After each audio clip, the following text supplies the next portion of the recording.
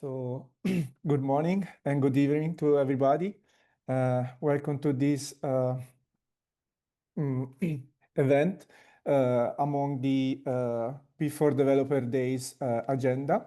So, before to start, a few information. This session is going to be recorded and will be available on the P4 community media, and also the slides we will be available.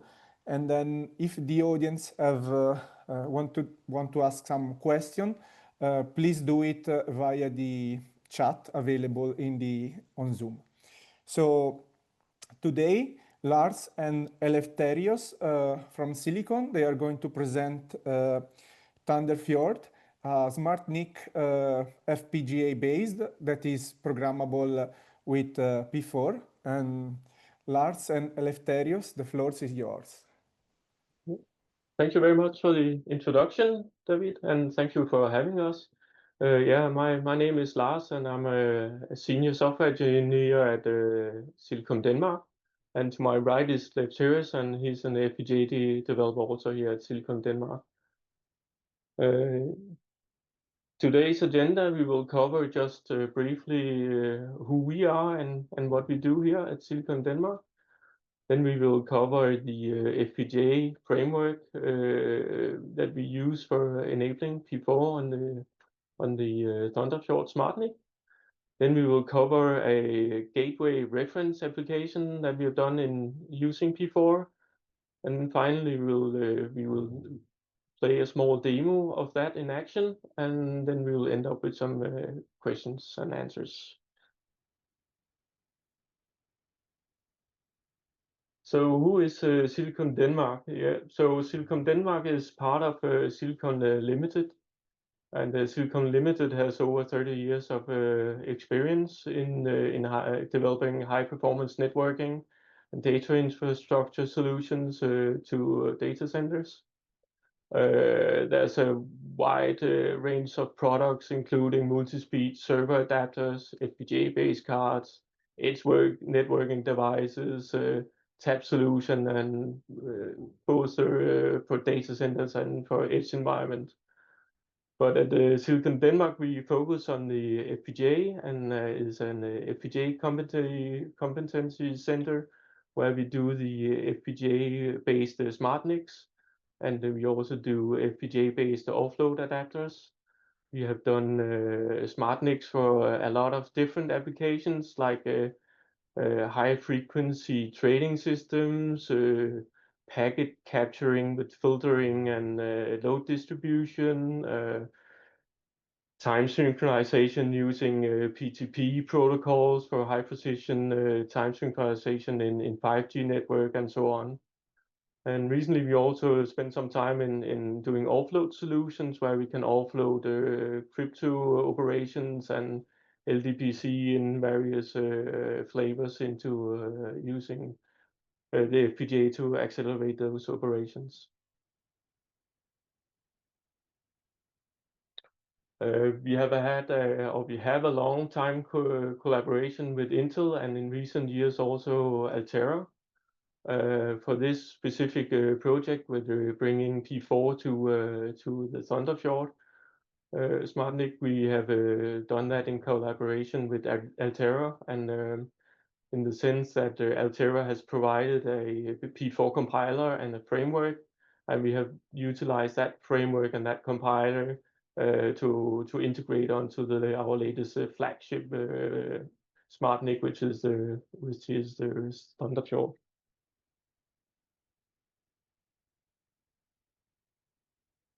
So why would we use P4 for packet filtering? When looking into packet filtering, there's a lot of different ways this can be accomplished. For instance, if it's done in hardware, you have the benefits that you can achieve high throughput. If done correctly, you can even achieve a zero packet loss at all packet sizes at pretty much any line rate available. And that's perfectly good for a lot of use cases, but there is a few downsides, and one is that often this comes with a custom set of drivers and a custom set of configuration API. And another issue could also be that you are kind of locked into what the hardware capabilities give you. So if you have this feature that not everybody needs, then you might be too much in the vendor's hand to accomplish that. So, but in many cases, hardware is perfectly good, but it has some limitations, of course. And the same goes for software. If you do packet filtering in software, there's downsides and upsides to everything. And one of the upsides to doing it in software only is that you have extreme flexibility. You have standard frameworks like DBDK and Express Data Path. And if you choose your network card carefully, and you can even offload some of those operations into hardware. But it's difficult to achieve high throughput and nearly impossible to achieve zero packet loss at all packet sizes. But when using P4 in combination with an FPGA, we kind of fill some of the gap between the two in the sense that you can achieve extreme flexibility in what you can add onto the FPGA using P4. You also get a standard interface using data-driven interfaces, the TDI API.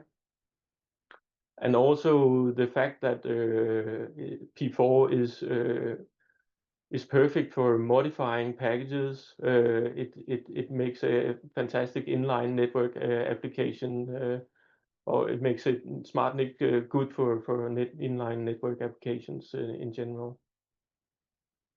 And I will leave the next slides to Lefteris about the FPGA framework. Yeah, thank you, Lars. So yes, we will take a dive into the FPGA framework that we have used. And in the foundation of this framework is found our card, our latest SmartNIC. It features an Agile XM series FPGA with a quite big capacity of logic that it can fit in. It has on the interfaces two 400 gigabit Ethernet QSFP-DDs and also a Gen 5 x 16 link for the host.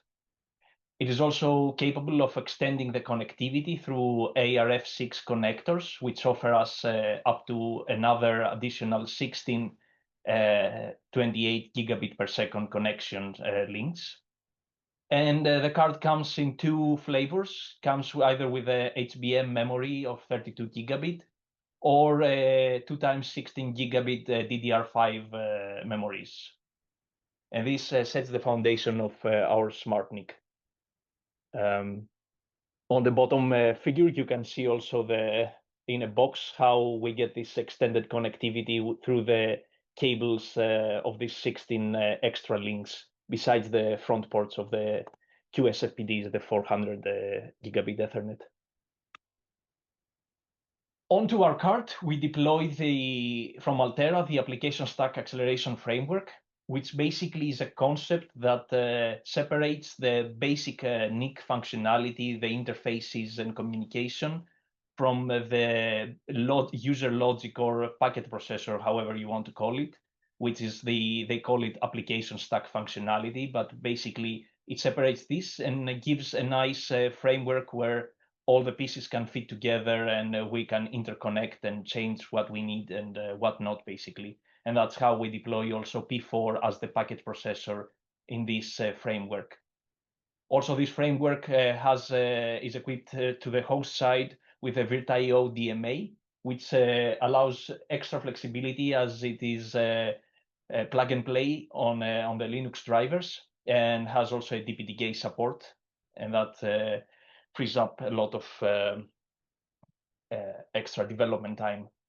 So, in this framework, basically, there are also some open source flavors of similar to this framework, which is the open framework stack by Intel and NDK by SESNet, which follow a similar logic to this separation of basic NIC and user logic. Finally, the final piece to deploy P4 onto our card is the Intel P4 compiler and the Intel FPGA software framework. So the compiler takes as inputs the program of the P4 basically, and the P4 file describing the architecture and the pipelines of the P4. And through that, it generates the RTL that is then passed into Quartus and follows the usual path. So, and on the P4, the FSF, FPGA software framework, it provides us the drivers and the command line interface to the table-driven interface, to the TDI, basically, so that we can configure the control plane of P4. The final end user basically needs a couple of generated JSON files and one JSON file that he needs to edit edit based on the system that is deployed.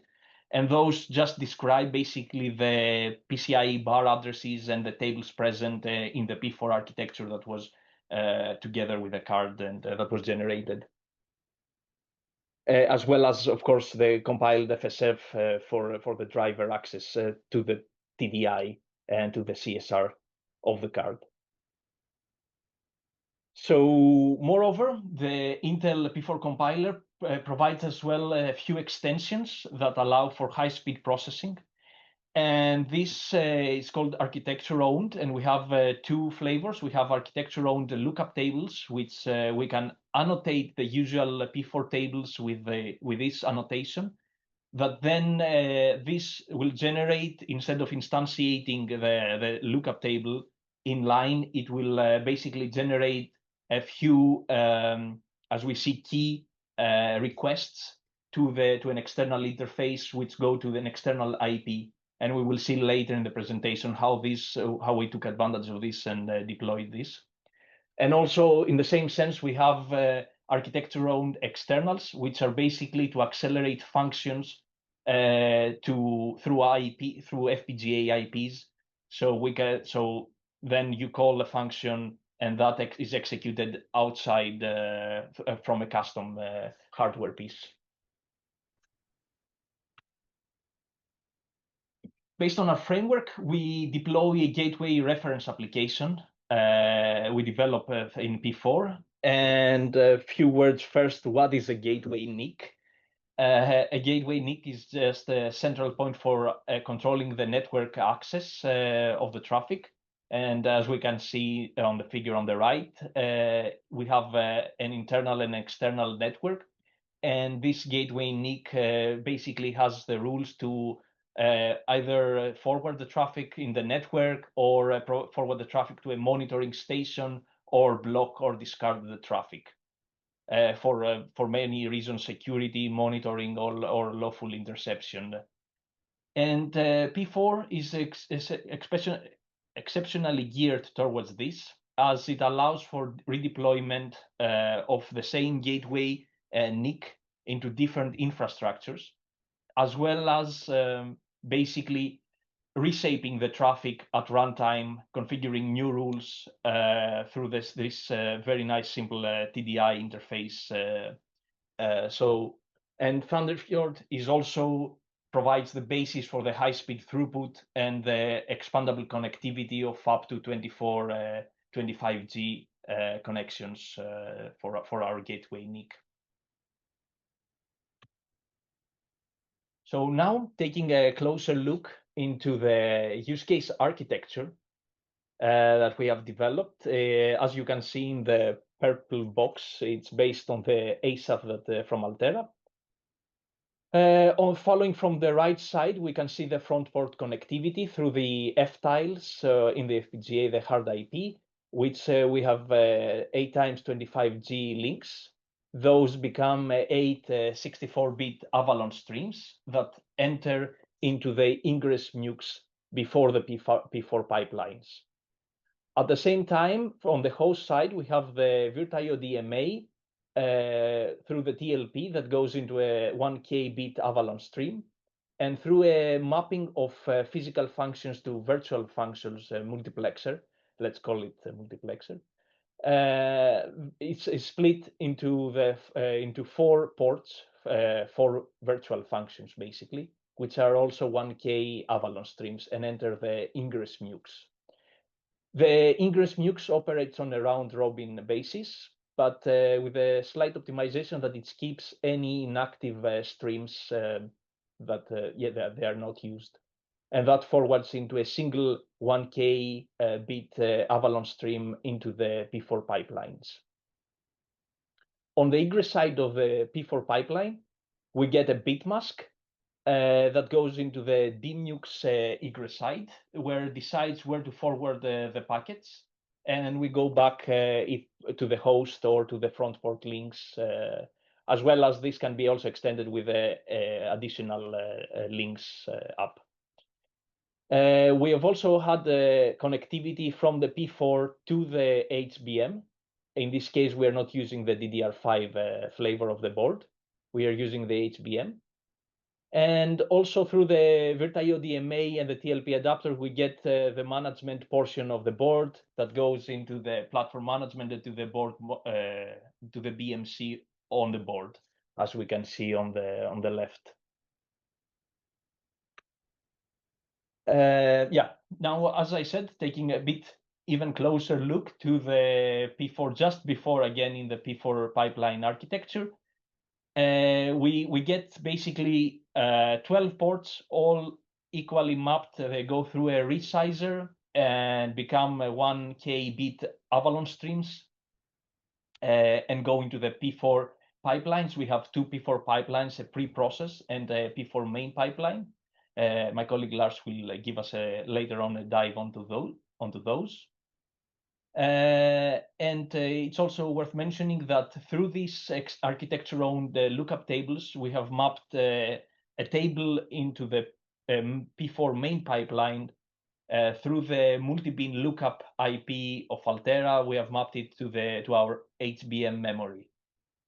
And the worst case throughput of our pipeline basically is 30 gigabit per second. And on the outer side of the P4, after the pipelines, as we said, go through the same stages, but through DMUX and then a resizer and clock domain crossing, because I forgot to mention that our P4 logic operates in a different clock than the rest of the design, basically. Yeah. So now Lars will give us a closer look onto the P4 pipelines. Yes. Yeah, first, as Lefteris mentioned, we have 2 pipelines. The first one is the pre-process pipeline, and that serves the purpose of connecting the ports to the P4 IP. And then it makes sure that it converts the metadata from the ingress required by the main pipeline. Finally, it also computes the packet length. So besides that, it just passes all packages through that pipeline. The main pipeline is where everything happens. It's divided into 3 blocks: the parser, the match tables and actions, and the deparser. And for the reference application, we parser the following headers: the Ethernet, VLAN tags, IP headers, UDP headers, and we also parse the segment routing of IPv6 up to 3 elements in the segment list. And then we implemented a set of actions to use. We have added the IPv4 and v6 address modification. We can update the time to live in IPv4 headers. We can update the segment routing in the sense that we can strip the last entry in the segment list and use that as a destination for the IPv6 packet. We have, when we modify the IPv6 and IPv4, we can calculate or recalculate the checksums. Then we added the option of VLAN tagging and untagging, and also modifying the VLAN tag. And then finally we added changing UDP ports in layer 4. As noted on as Lefteris also mentioned, we have the ingress filter tape mapped to this architecture-owned lookup table in HBM memory. The table is quite small, but it served more as a proof of concept that you can add your tables to the HBM, which is a super fast memory. Since it's a P4 developer days, I thought it would be good to include a little bit of P4. It's not like there's some super magic in here. Most of it is standard, but there are a few things that I want to highlight. The main pipeline is created up here, where we have the 3 blocks that was showed on the drawing previously. The header definitions is as usual, no special bells and whistles there. That's standard P4. But up here we include the architecture for the reference application, and this architecture file is defined as the series I mentioned briefly earlier. That's defined by the author of the use case, architecture use case, and defines all the interfaces to the surroundings. So the P4 compiler itself is not tied to a specific architecture that's defined by the user in RTL. But of course, in this case, we have made already a use case architecture. And one of the things here we see that we have this the metadata coming in from the architecture here. The rest of the parser is also just standard parsing using P4. A few other things I want to mention is from the control block. I just added the update of the VLAN tags. That's one of the things that I personally found interesting, because a lot of the applications that we have been working with and IPs for packet filtering and stuff like that has not had the ability to modify packages in this way. So for inline application, we found this super useful. In this case here, when we update the VLAN tag, we simply just say is there already a tag? And if not, we set it valid, update the whole tag with contents, and then we update the packet length.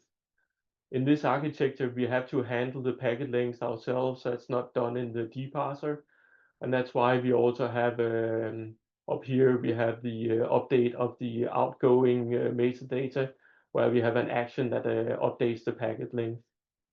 Similarly, down here we have an action to strip the VLAN tag, and again, we just set the tag, the header as invalid, and then we subtract the size of the VLAN header here. One other thing I want to mention is the compiler comes with a small library where Altera has implemented some of the externs from the PSA specification. I think they implemented the internet checksum. They've done the registers and meters and counters and a few other externs, and we use that for for instance our modification of the source port in the UDP header, where we initialize the checksum with the previous checksum, and then we update the source port, and then we update the checksum. Finally, as Lefteris mentioned earlier, we have the possibility of adding the table to the HBM, and that is done with this annotation here to make sure that the compiler understands that the HBM should be used for that purpose. And then it's time for a demo. It will not be a live demo. That usually ends up in disaster, so we recorded some demos. So yeah, so we deploy for the gateway demo of ThunderFjord. We use a standard Linux server configured just with Intel's FPGA software framework. We have Wireshark monitoring through SSH VF number 2. On VF0, we apply UDP traffic from port 160 to port with destination port 176. It doesn't matter, these are just examples. And then we have we programmed the rules in P4 through TDI to forward from VF0 to MAC1 on the MAC1 is basically in the terms of from the side of P4 because everything is 12 ports is port 5. And then whatever we have connected on the QSFP electrical DAC loopback 100G, that feeds back whatever was forwarded and we get it back into the card. And P4 is also programmed whatever it receives in the ingress of MAC1 to forward it to VF2. So in that sense, with a small setup, we had quite a nice setup to test this forwarding and everything in a compact way. And we also programmed the P4 to, as Lars mentioned, we can modify different inline fields, and that's how we test modification of UDP ports. And we modified the destination to port 55, for example. In the next slide, we will see how we configure the P4 through the TDI, through the provided command line interface of the FSF. And yeah, let's take a look.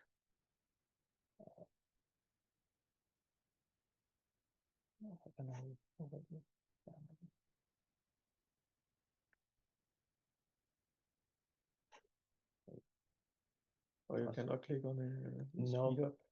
No, I cannot click on the speed up. But yes, so after we create 4 virtual functions, because as we said, we have configured the card to expect 4 virtual functions, and then we start the FSF, the FPGA software framework, and then load the TDI Python drivers. And this gives us an interface that is basically like accessing objects, and through that we find the tables and we find the ingress table in this particular case. And oh, yeah. And then we program the forwarding in the ingress table from VF0 to port 5, which is MAC1 in our case, link 1. And then from link 1 forwarded to VF2. And we get, with the command dump, we get what rules we have programmed so far in our ingress filter table. Then we move outside and we take the table UDP filter to program the modifications we want for the UDP. And here we program we provide the 2 keys that anything that comes on source port 160 and with destination port 176 will take the destination port 555. And we see this programmed. On the next slide, we will see the monitoring from the Wireshark side, but also we will showcase how we modify at runtime. We will modify these ports, the UDP ports, to take different values while the traffic is running, basically, which is quite nice. So we see traffic has started, and it goes from 160 to 555. And on the bottom, we are now modifying the rule that we programmed before so that it goes to port 111. Unfortunately, didn't think that it's an occupied port, but doesn't matter. But and then we see how it, at runtime we can reconfigure the UDP modification, basically.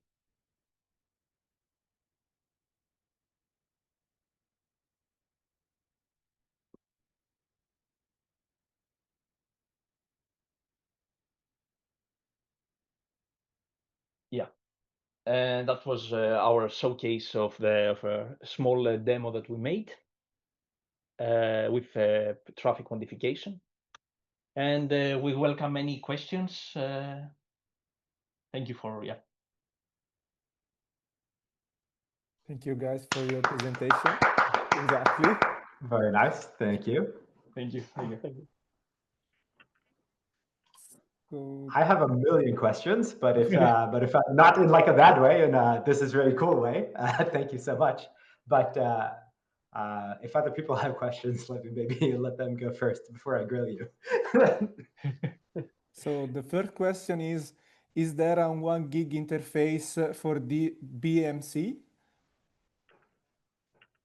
For the BMC, it's Yes. just a Gen 5 interface that goes through the TLP adapter, and then it's an Avalon memory mapped that I don't think bandwidth or throughput matters in the BMC case. It's just managing the flashing and temperatures and voltage and whatnot. So. Yeah, so the BMC is only accessible from the host side. Yes, yeah. Not through the links, of course. Yeah. Okay. Any other question? I may have a couple. Can you hear me? Yeah. Let me turn the video on as well, if I haven't. Okay. Thank you very much, guys. Very cool presentation. I'll have a couple of questions. I'll ask one to start. Was related, maybe it's more a clarification. So basically, you take as an input an architecture file, and you can configure the FPGA logic with that architecture. Correct. And I guess you tried for the standard ones. So basically support portable switch architecture and maybe portable NIC architecture, correct? It's not tied to any specific. It can support it, yes, but it's up to the RTL developer what your architecture will define, and what the interfaces will be, and what the metadata and so on. And also, in addition, you have like this annotation sort of to also support maybe target specific like IP blocks on your FPGA, correct? Also, Exactly. Yes. Yeah, and that becomes Avalon request streams basically that go out to IPs, but also depending on if it's the one on the left, it is provided in a different way, like a request with a key. And then you get a reply of the entry, and it's a bit custom. It looks like Avalon standard, but it is a bit more custom. Yeah, and on the other side, on the other hand, the architecture externals are similar, but we don't have a key. We just have the data request, and then we get the data back, basically. Oh, okay. Thank you. Sorry, I forgot to say this. I'm Salvatore from Lisbon. I'll have a few more questions, but if anyone else will goes first, then I'll wait. Let me ask one then, maybe to start. I should also say I'm Jonathan. I am one of the chairs of the P4 Language Design Working Group. So that's sort of part of where these questions are coming from, because I'm curious to what extent you felt that the language supports you, I guess, and supports your use case. And so it seems like there were clearly some nice annotations that you needed to add. Did you feel like there were additional extensions you needed to make? Did you think that, oh, this should clearly have been in the language in the first place? I guess maybe Altera is the right person to really ask about this, but nonetheless, how did you what was your experience with the P4 language to the extent that you interfaced with it? To be honest, I don't think we are expert enough in P4 to actually. Maybe Altera will be better at answering that. We are fairly new to developing in P4. I got my feet wet. I think I started like a year ago on P4, and what I wanted to do was use the open source P4 compiler and environment to learn, of course, P4, and then move on to this. And in that, I found a little bit of for instance, I could not use the simple switch and use the PSA functionality, for instance. And I, as a new developer on P4, I found that a bit strange. But with regards to the language itself, I'm not an expert enough to say pick and choose yet. Ask me in a year. Fair enough, but I guess for supporting SmartNICs, and maybe what you were thinking of specifically, did you think there were particular, like, were there particular extensions or pre-processing macros or something like this that you see you need to use in your P4 code, or does this turn out to work out because you kind of have an FPGA that can do more or less arbitrary computation under the hood? What's the like, okay, one thing that we think about at Google for NICs is that often I need to do things like packet recirculation. And personally, I have found that P4 is not very good at expressing my needs in terms of packet recirculation. Do you run into this sort of thing? Have you seen anything like that?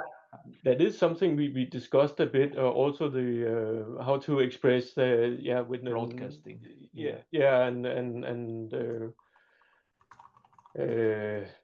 Load distribution would also be something outside of this. That was one of the applications that we spent a lot of time on in other products, and I didn't find any way to achieve that with this framework yet. I think we need to extend that to accomplish those kind of things. Do we have any? Yeah, cool. I mean, the recirculation that you mentioned is I think it's when we examined and when we were actually developing this, we were thinking of implementing it, but then time ran out and we didn't get the chance because we wanted we wanted basically to broadcast and how we made the egress. Our egress DMux doesn't support broadcasting. And then we were thinking of doing it through recirculation with a new bit mask and doing it that way, but we have not really explored because, as I said, time ran out. But it is in our plans to do that, I think, in the immediate future, probably. If you end up looking at anything like that and have troubles or are like, whoa, what the heck should I do here in P4? I think we would love to hear about your experience in the language design working group or the NIC P&A, of course. Okay, I'll let other people ask some questions. But thank you so much. This is super cool work, by the way, of course. So there is another question. So can you please elaborate a bit more on the P4 block clocking, for example, the frequency or time constraints, if you are applicable? Yes. Okay. Yeah, Thank you. Let me go there. So currently we run, originally we had the 400 megahertz clock for the P4, but when we scaled the ports in the front and they increased the ingress ports, then we had to reduce a bit our clocking on the P4 side. We reduced it at 360 megahertz right now. I think that's our that it is where it is now. But that is also, there is a few optimizations that I haven't done. There are a few buffers. We can get a few clocks here and there, higher frequency. It's just a matter of time and massaging the buffers until we get the timing closer. But yeah, right now it's at 360, I think.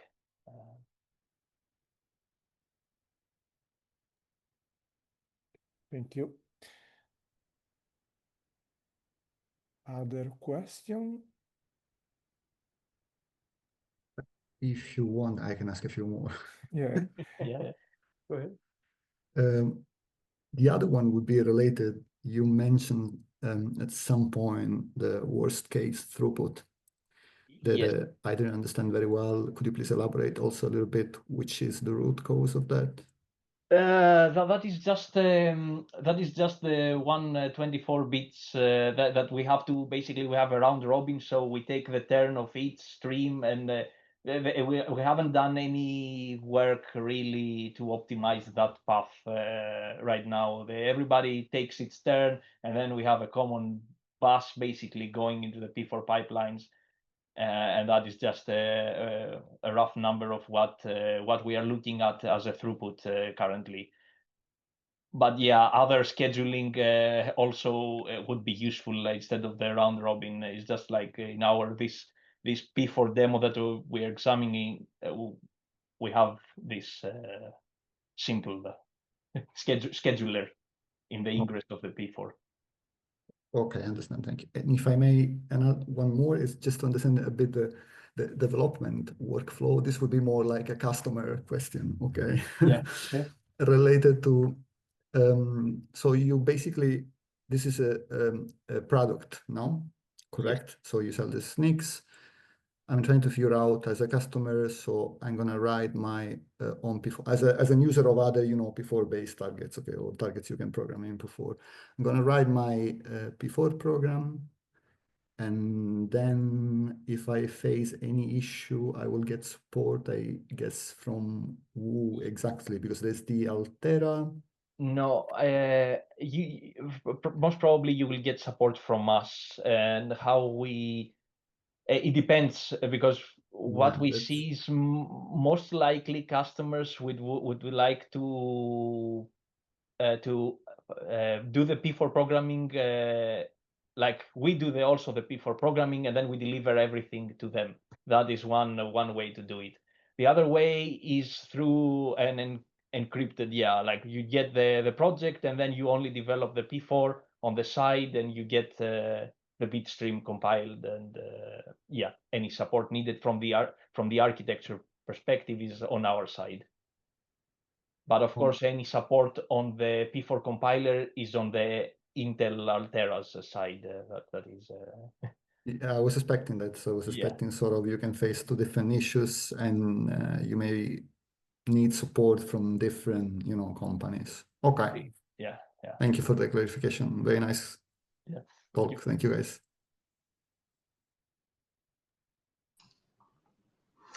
To what extent is the packet processor essentially totally programmed by P4? Or is there additional external information that you need other than, I guess, TDI configurations? Or would you say that like the whole semantics of your packet processor comes from the P4 program? Everything comes from the P4 except the egress DNUXs. So the P4 gives us, for forwarding the P4, we get the bit mask, and then we do the packet forwarding externally. But the packet processor is, I've wrapped it, it's a wrapper, so it comes in the block. Got it. Cool. And I guess a little bit to sort of in Salvatore's direction, thinking as if I were a customer of this, wanting to write my own P4 programs, what sort of limitations, I guess, do I face? So obviously, I saw your nice example parser, but like, should I be able to parse more or less arbitrary headers, including, say, IPv6 extension headers, assuming that I knew how to write that code in a P4 parser? So things that may have dynamic length depending on previous headers, for example. Is all that going to turn out to be supported? Is there some sort of depth limit, probably? Like I can only parse the first, 1,000 bytes of the packet. I don't know what the number is, but do I have things like this that I'm going to want to think about? There are definitely some limitations. I don't know them by head in my head with regards to that. I think that will be a question for Altera and the compiler team. What restrictions are? I see. This is more really about the FPGA living in there and what the restrictions are in the FPGA and the framework than anything. The FPGA, I guess, is also designed by Altera, right? So then your side of the equation. Is that the way I should be thinking about it? Sorry, I didn't get the last part. What is? I guess in some sense, this is not really all of what the P4 program programs is this FPGA. So its specifications are in some way defined by Altera. So they're really better people to ask about what the limitations of how I can use P4 here are. Is that I guess the way I should think about it kind of broadly, or? it depends on what. I'm not sure I understand because the limitations, is it in terms of buffering? Because of course the Agilex could easily fit the packet processor or DMA, everything, but and could also scale quite a bit in that regard. So I see. I don't think the limitation that I see really is, and perhaps in the future we have to rethink a bit, is this single. Now we have like this simple single pipeline of P4, which does not scale if. I mean, it reduces the throughput. Basically, that's the reason. So that's at least from my side. That's the main limitation that we have right now, that with a single and this scheduler we get limited throughput, while the PCI side or the card, our SmartNIC can support way more throughput. This is one of the limitations. But in that case, we can still add more pipelines. Yeah, exactly. That's my point. Like in the we have to add more pipelines basically, and better scheduler perhaps in the Nice. Yeah. So maybe limitations was probably a loaded word. I could have reframed that as capabilities. Ability, right? Just trying to how much can I abuse your chip and it'll still be able to do it in some sense. But very cool. Are there so between, I guess I've seen some NICs where between the parser and the various sort of match action stages, there's a fairly limited amount of metadata that I can set in my parser. Is that at all a thing, or does this just not come up in your design?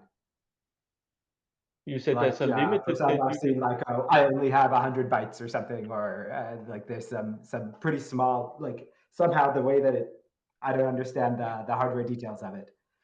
I haven't found any restrictions on how much metadata you can create in your parser. We just added the metadata structure and started filling in what we needed for. But again, we only needed like 3 or 4 fields or something to that effect. So it was tiny. I also went through the Altera list of limitations and didn't stumble across anything that matches any limitation in that metadata. Cool. All right. Again, sounds super cool. Thank you guys for the presentation. Yeah, thank you. And again, please come to me if you are like, this thing sucks about P4. Please make it better. That would be great. Thanks.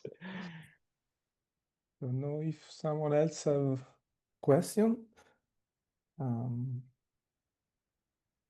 I have one. So, do you use this SmartNIC in other use cases? You tried other use cases for your SmartNIC? So non-P4 related use cases. Is that what you're? No, I mean I saw that. Okay, you used the SmartNIC for provide a gateway or a firewall, but I'm wondering if you use it, in 5G, 6G, or other use cases. We have used our SmartNICs for many different use cases based on different frameworks and this one. So we have done packet capturing use cases with the load balancing and zero packet loss.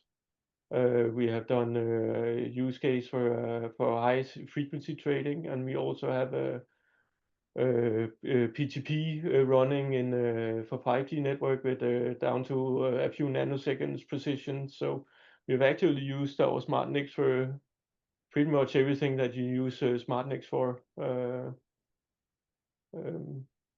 And often all our SmartNICs, you can get those as what we call a raw card.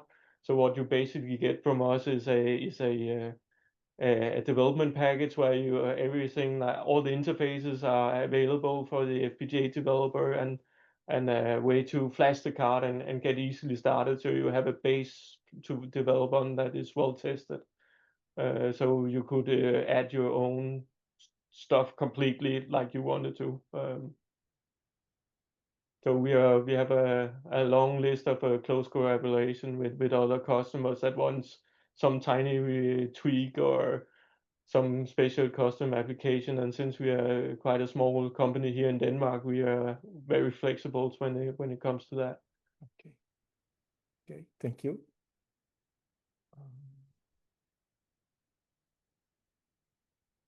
Okay. Any other question? Otherwise, I think that we can close here. Yeah. Okay, thank you, guys, for your presentation. It was a pleasure to meet you in the P4 community. And so just to information, on June 4th, there is another P4 Developer Days, and the presenter is going to be Anus Zulfikar, a PhD candidate from University of Michigan. And the topic is pipeline-aware subtraversal caching for modern SmartNIC. It's going to be a more research-oriented talk.